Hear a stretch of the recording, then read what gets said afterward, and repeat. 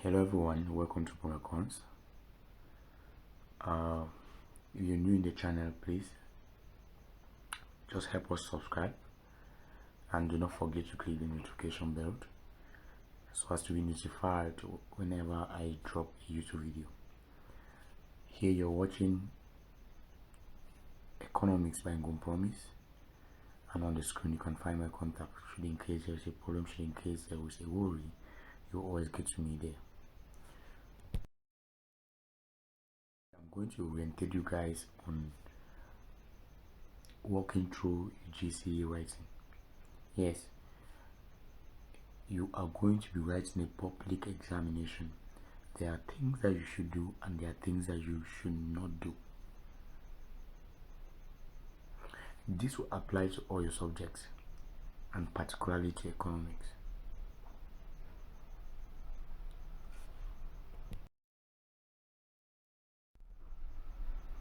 Okay, let's talk about paper 1 first. Let's talk about paper 1. Always make sure you verify your answer sheet to see that it has no problem. There are cases where they will give answer sheets that the numbering are not okay. So please, before you answer, make sure your answer sheet is okay. There's no problem with your answer sheet. It will help you. And 2, in every question you read, go through all the options before selecting the right answer. Yes, you have, in every question they'll give you option A, B, C, D. Always make sure that you go through all the options A, B, C, D before you select the answer. You might think that A is the right answer, of which it is not true. So make sure you go through all the options. Always answer all the questions no matter the situation. Please, I've seen cases where students leave paper 1 unanswered. I don't know how that is possible. They have given you questions, they have also given you options just to tick. It takes you less than a second to mark the right answer, So even when time is up and they say stop, it takes you less than seconds to mark all those that you have not answered. So please make sure all your answers, make sure that all the questions are answered in paper 1.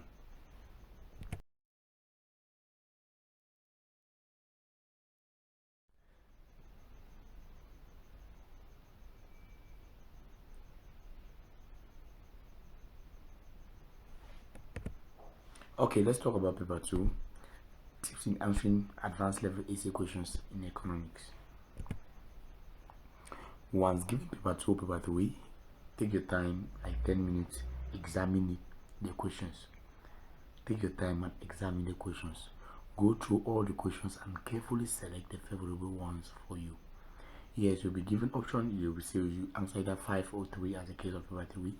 Always make sure you go through the questions carefully and gently select the ones that you think will be favorable to you. And always make sure you read through the questions 2 to 3 times before you select. Examine the mark allocation in all the questions. That would say, before you select a question, make sure you examine how the mark is being allocated to each section, especially the question that has A, B, C. Choose a question only when the mark allocation is favorable to you. And if you see a question with A part having 5 marks and B part having 15 marks, for example, you are not supposed to choose the question because you know A, because A is having only 5 marks. If you answer A, you have only 5 on 20. I get the point. So you should examine the mark allocation before you select a question. Always take such questions as a last resort. Yes, what if you've answered 4 and you're not able to have the number 5th question? You can come back to this one now and take it as a last resort. You don't have something to do, then you have your 5 marks from there.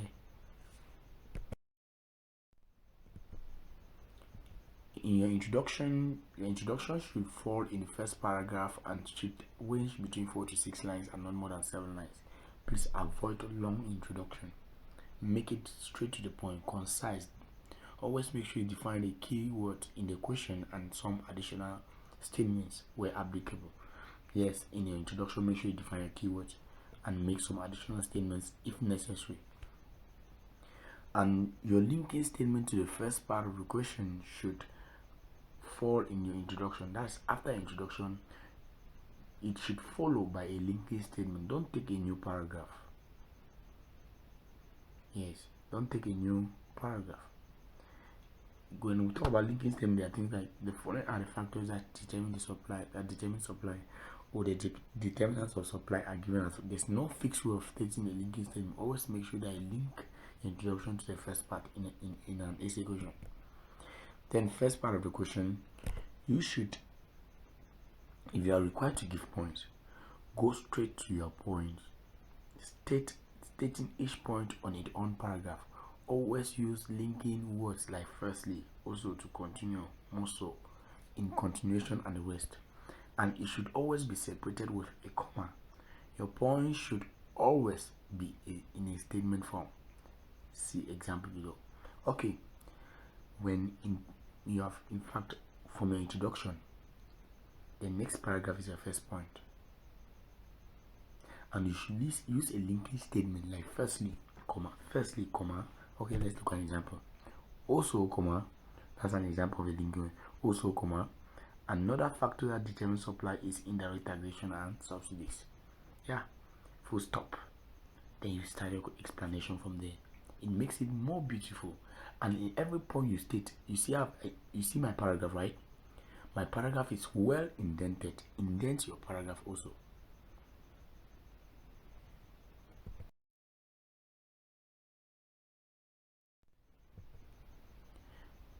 Then from the first part, you should as well use the linking statement to the second part of the question. And in the second part, if you're also asked to write on points or whatsoever, do same as I explained in the first part. Use your linkage statement, indent your paragraph well, and make sure you follow as I said in the first part.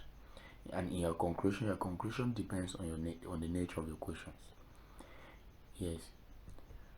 And please, I don't know how this NB applies to other subjects, but to economics, you must not conclude. If you don't know how to conclude, do not do it. Because if you conclude wrongly, it creates more harm than good. In fact, better you do not conclude, in case you don't know how to conclude the question. Okay, things to know when writing paper 2.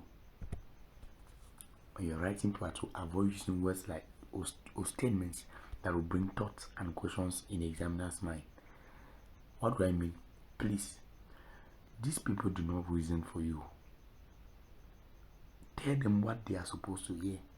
In fact, when they are marking, they are learning from you. They don't reason. They don't think that you wanted to give them what they want to see. Do not think they will reason for you, and do not write on things that will slow their marking. Do not write on things that will bring questions to their minds. Go straight to the point. Limit the use of it. There are some basic mistakes that you guys do. It's not good. When they say you should define something, like for example, define money, instead of you say it is anything, it what? What are you referring to as it? You should say money is anything, or money refers to anything. Money. What are you defining? Money, yes, not it. Always try to be precise and straight to the point. Note that it is not hard bulky. Your explanation is that gives you all your marks. Even a 2 to 3 lines explanation can give you your marks if you actually point out what is needed. Yes, in paper 2, some of you believe that you must write to the fullest before you have been given marks. No. Tell the examiner what he needs, and he will give you marks, even in 2 lines, even in 3 lines. It's normal. Be straight to the point, be precise. When you are required to give advantages, make sure that in every point you state, you show the examiner how advantageous the point is. For example, give me the example, advantage of market economy system. Firstly, there is competition in the market economy system. Given that firms in the market economy system are out for profit maximization, they will always compute against each other. This leads to what production of high quality goods. Okay, I see the advantage in this point because there's completion. It leads to a production of high quality goods. That's the advantage in the question, in the point. Things to note when writing paper 3. When you are asked to state or outline or enumerate or list, state only the points and do not explain. In paper 3, you can even use hyphens, you can even use dashes. You can, in fact, you can use. It is not like paper 2 where you are there's a formal way of doing it. This one you can answer using even your hyphens. Are we there? So if it says state 2 or formal, state it. You must not explain. Stating is stating in paper 2. Explaining is explaining. But if you're asked to explain, why not explain? If you're asked to explain, make sure you do it. Yes. But when they say state only, state the points. So you'll not be penalized for that. Let's look at the time management. How do you manage your time? Anyway, let's look at paper 2. In paper 2, you have 8 questions to answer 5. And these 5 questions you're answering for 3 hours. And these 3 hours you're using is 1 hour 80 minutes. It's 180 minutes. Yeah, it's 180 minutes.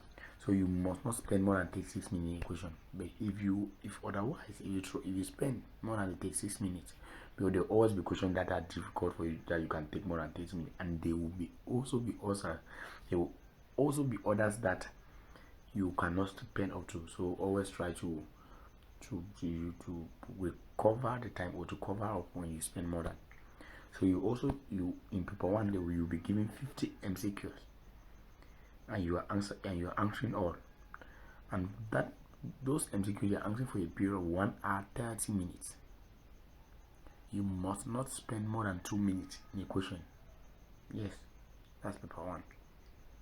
And if you are to spend more than 2 minutes in a question, you must try to cover up in other questions, because there are paper 1 question before you even read, you already know the answer. You spend less than seconds to answer it, so you cover it up. Other questions that you spent more. Okay, in paper 3, you are given 5 questions to answer 3 for 1 hour 45 minutes. 1 hour 45 minutes, 105 minutes, guys. In paper 3, it is 5 questions, answer 3.